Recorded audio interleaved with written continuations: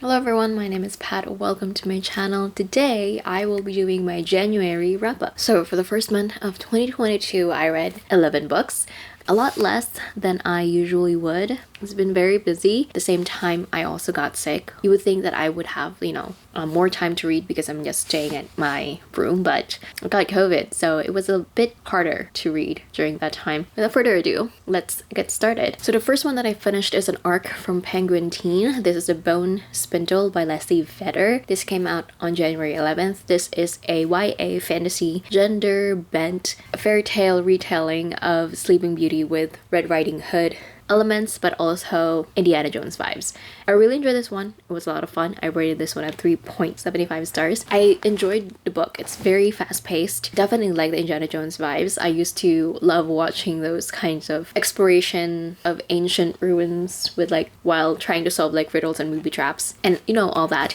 So I really enjoyed that element of it. I did like our characters. I like following them, but I wanted a little bit more with the characters and their relationship and the development of their relationship, a little bit more in the romance. The romance was very cute. I really enjoyed it one. But I just want more with the world and with the plot and with the characters. It was a lot of fun though. So if you're looking, for a lighthearted, fun, quick read, this would be good. And then I got to The Dragon Republic, Burning God, and also the novella, the book number 2.5 called The Drowning Faith, which follows Nessa's perspective and certain moments and events throughout the first two books and before the start of this last book, which is The Burning God. And I loved it. If you haven't seen my reading vlog on this one, I didn't really talk much about Dragon Republic because by the first update I already finished it, and I surprised myself by crying. I didn't expect to cry while I was recapping the book at that end because I'd given myself pretty much 24 hours to get myself together. But when I started talking about it, I was crying a lot. I love this book so much. Obviously a 5 stars. If you don't know what this is an adult grimdark fantasy. The author, R.F. Huang,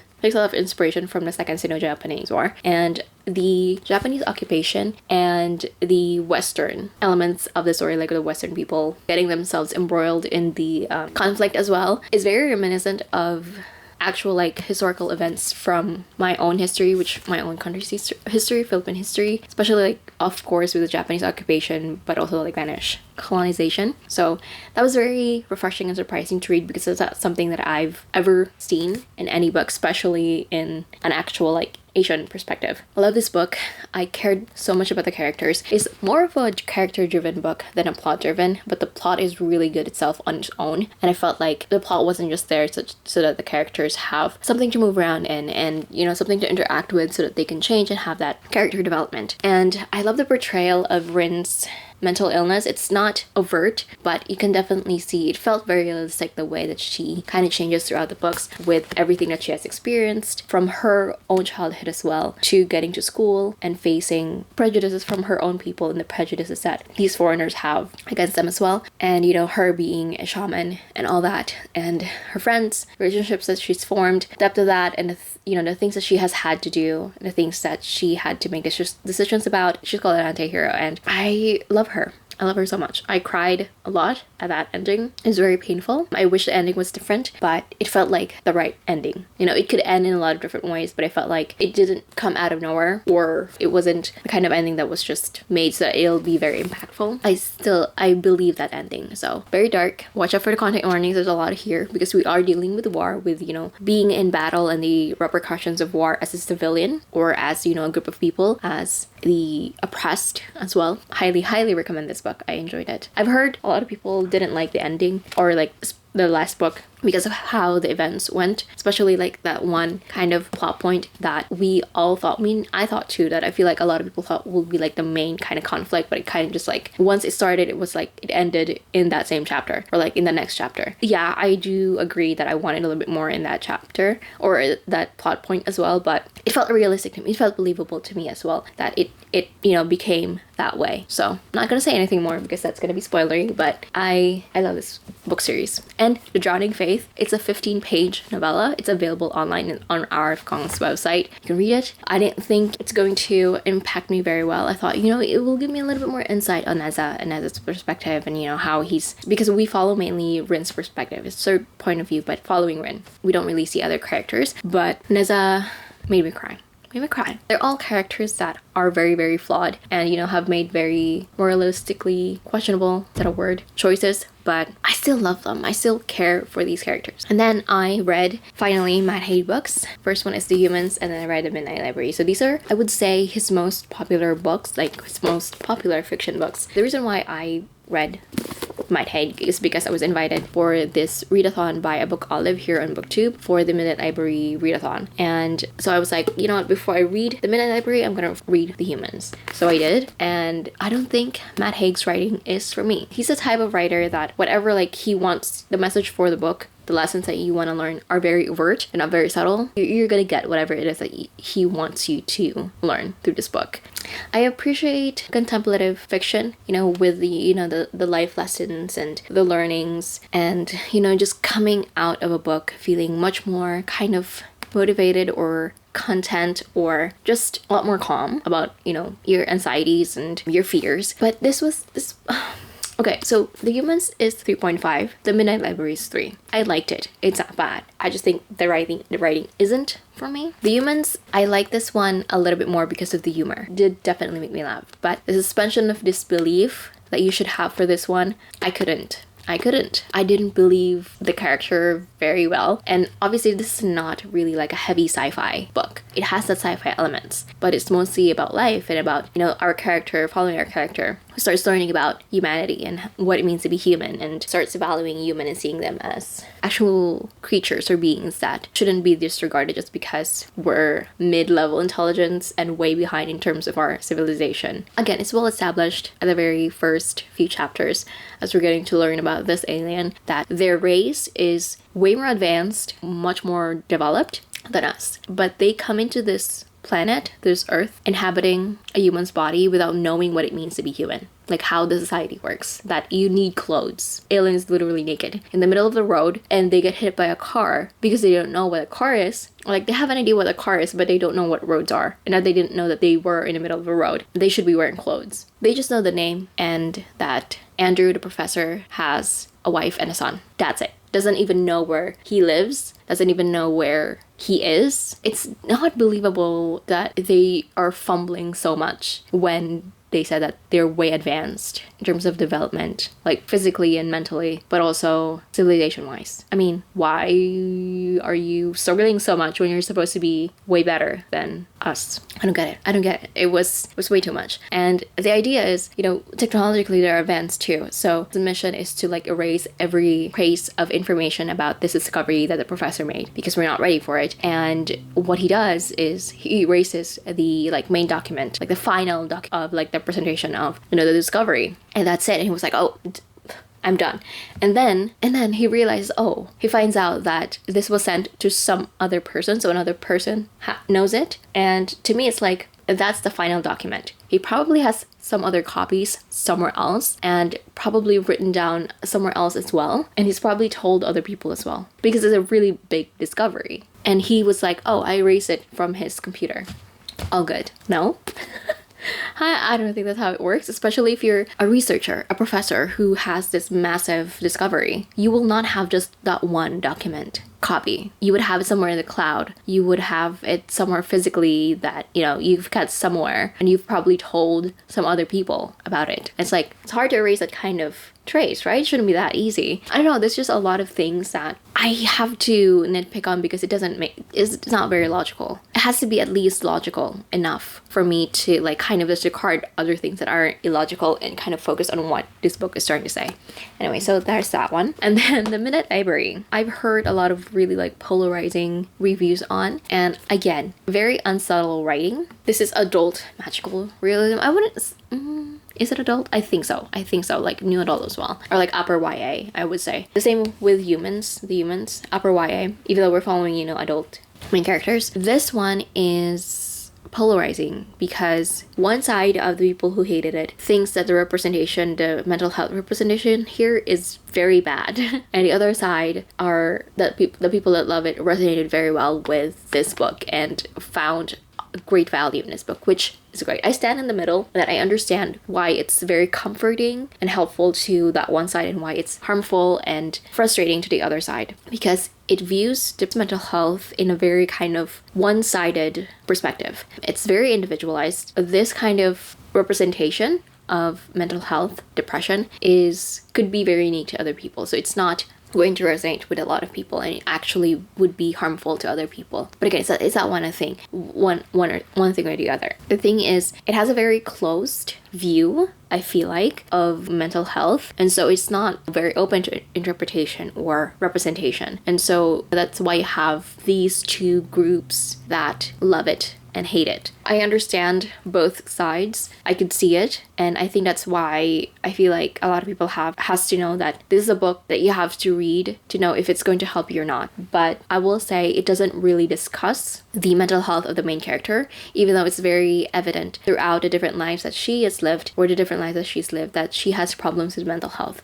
It's pretty much evident that it's present in every life that she has had. And I feel like that's kind of part of the narrative as well, in that it is evident that she has mental illness, but the fact that it wasn't discussed could be very frustrating and harmful for other people. So that's the thing about this one. I read Twisted Hate by Anna Huang. This is an arc that was sent to me by Anna and her team. I was part of the promotional blast of it, so I made a few posts on Instagram, and I did obviously review it on Goodreads and Storygraph. I rated this one at 4.75 stars. This is book 3 in the Twisted series. I have the other 2 books right here. You can't see it, but it's right there. And I cannot wait for the last book. But this book was... the spy scenes are so surprising and different, because this is enemies hate to love, enemies with benefits trope. There is a lot of like really rough, spicy scenes, and I was surprised, but I liked it. At first I was taken aback because I was like, I wasn't expecting that. I knew that they hated each other, but I didn't expect it to show that way as well, and just spicy scenes, but I appreciated it. The banter is really good. The chemistry is amazing. Every book in the series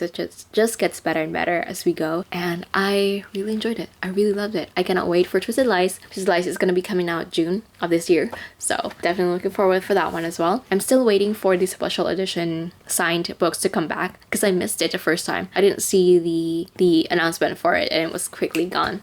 So I'm still waiting for it to be available on the author's Etsy website so that I can buy it, so that I can have special edition signed for that one. Again, I really enjoyed this one. Josh and Jules, power couple. We have a lawyer and a doctor. Amazing. We also have a one-bed trope and taking care while sick trope, which are some of my favorite ones. So really enjoyed this one. Very, very spicy and steamy. The only thing is, I didn't really like the conflict of this one. I was very frustrated, but I understand why. I understand. I just, I wish it was a bit different, but again, I still really enjoyed it. I mean, you can tell I'm like smiling and probably blushing. I don't know. It's Pretty Bright by Astrid Scholt. This one comes out February 22nd. This one I rated 4.5 stars. This is a YA fantasy thriller following 4 teenagers who band together for the ultimate jailbreak. And the thing about this one is not the basic premise, right? That's how it was touted through our request form that we were sent, but also in like the Goodreads and Storygraph description, the first line. But the jailbreak doesn't happen until halfway through the book, and I feel like it's a little bit spoilery, but I really enjoyed this one. I love the slow build up to the characters. We are following, you know, multiple perspectives. The world of the magic system is very interesting. It wasn't explained very well because they themselves don't know like the magic aspect of it, because the magic is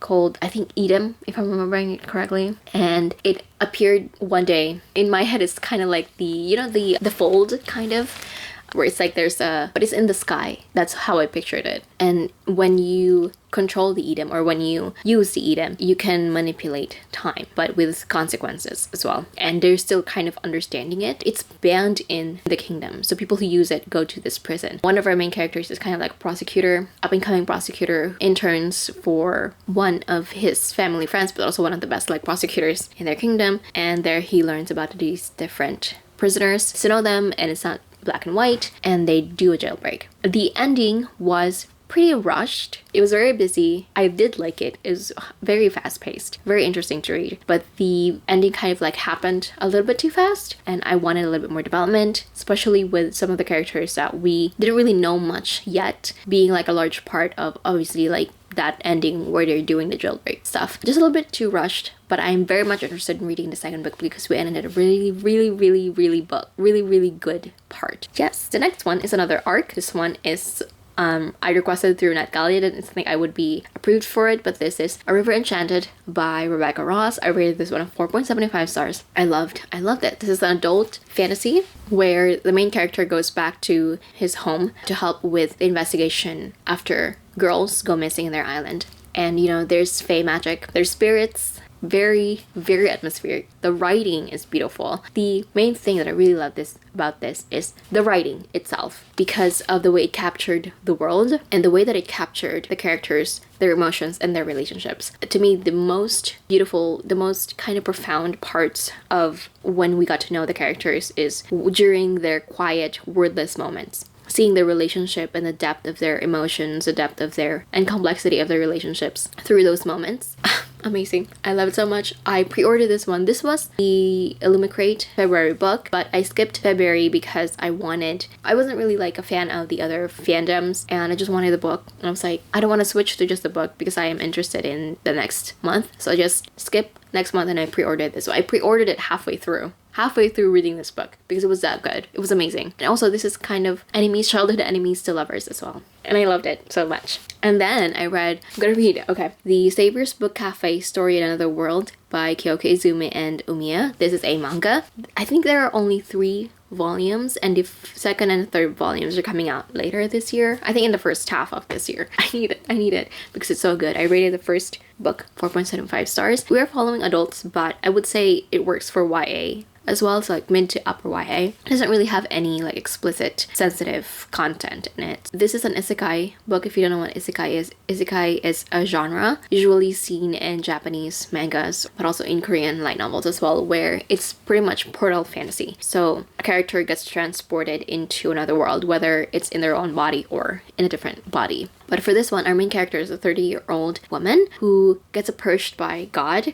God is like a blob of, I don't know if it's like a blob of light or like a ball of light, or like, you know, where it's like kind of watery rather than actual light. I picture him as a blob because he was like changing forms. So like a blob of light to get transported into this fantasy world to be a savior. And the idea is, you know, she's a savior. She has access to power, and her main goal is to be part of this world and save this world, because in this world that she's going to get transferred to, saviors are well known. There are always 1-2 saviors at a time, and she was like, no, I'm content with where I am. I don't want to go to a different world where I want a peaceful life. And the God was like, yeah, but I need to transfer you. Like, there's no choice. And she was like, well, can I just live a peaceful life? And she, you know, because God was like, yeah, you can. And she made sure that she is able to like kind of hide her being a savior and just live her peaceful life, owning like this book cafe, which is great. Honestly, if I get isekai to anywhere, I'd be like, if I could talk to like the one who's going to isekai me,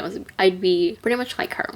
I'd be like, yeah, those could be fun to read, but not really for me to experience. So I'd rather just own a book cafe as well. And, you know, have the ability to like get ingredients anytime, anywhere. Have the place always be clean and tidy and not get robbed. You know, she has a lot of these stipulations that actually makes sense. I mean, why wouldn't you make those kind of stipulations? Anyway, really enjoyed this one. The romance is very cute. It's kind of fast-paced romance, but I did like some of the developments in it, and there's a little bit, the tiniest bit of angst at the end. There's also great character development in our main character. I know that the second and third volumes are going to be following different saviors this time, but the original main character is still going to be present in those books, I feel. I think so. And the last book that I finished for this one is actually a manhwa.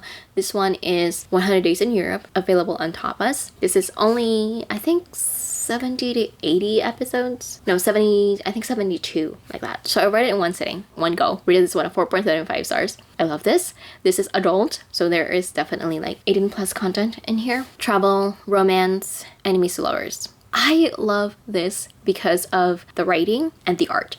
The writing is very whimsical and nostalgic. The art as well is very beautiful, insightful. It's also very contemplative, and there's kind of like an undertone of like loneliness and nostalgia as you read a manhwa, or like look at the art and follow these two characters who slowly fall in love. The MMC he's unlikable in the beginning, but he has great character development, and there's a lot of angst. Okay, a lot of angst in here. My heart was hurting for like probably half of this book because of the way just the relationship develops. You know, it's when you're reading a travel romance, there's always kind of like, well, what happens after this travel, after this vacation, after this holiday? Is it because both of you are romanticizing this moment where you're traveling that this relationship works, or will it work in real life in a different setting where everything is a little bit more muted, everything is a little bit more dull? And it's just thinking about it's making my heart hurt. Tugs at the heartstrings, you know? It definitely gave me Wanderlust,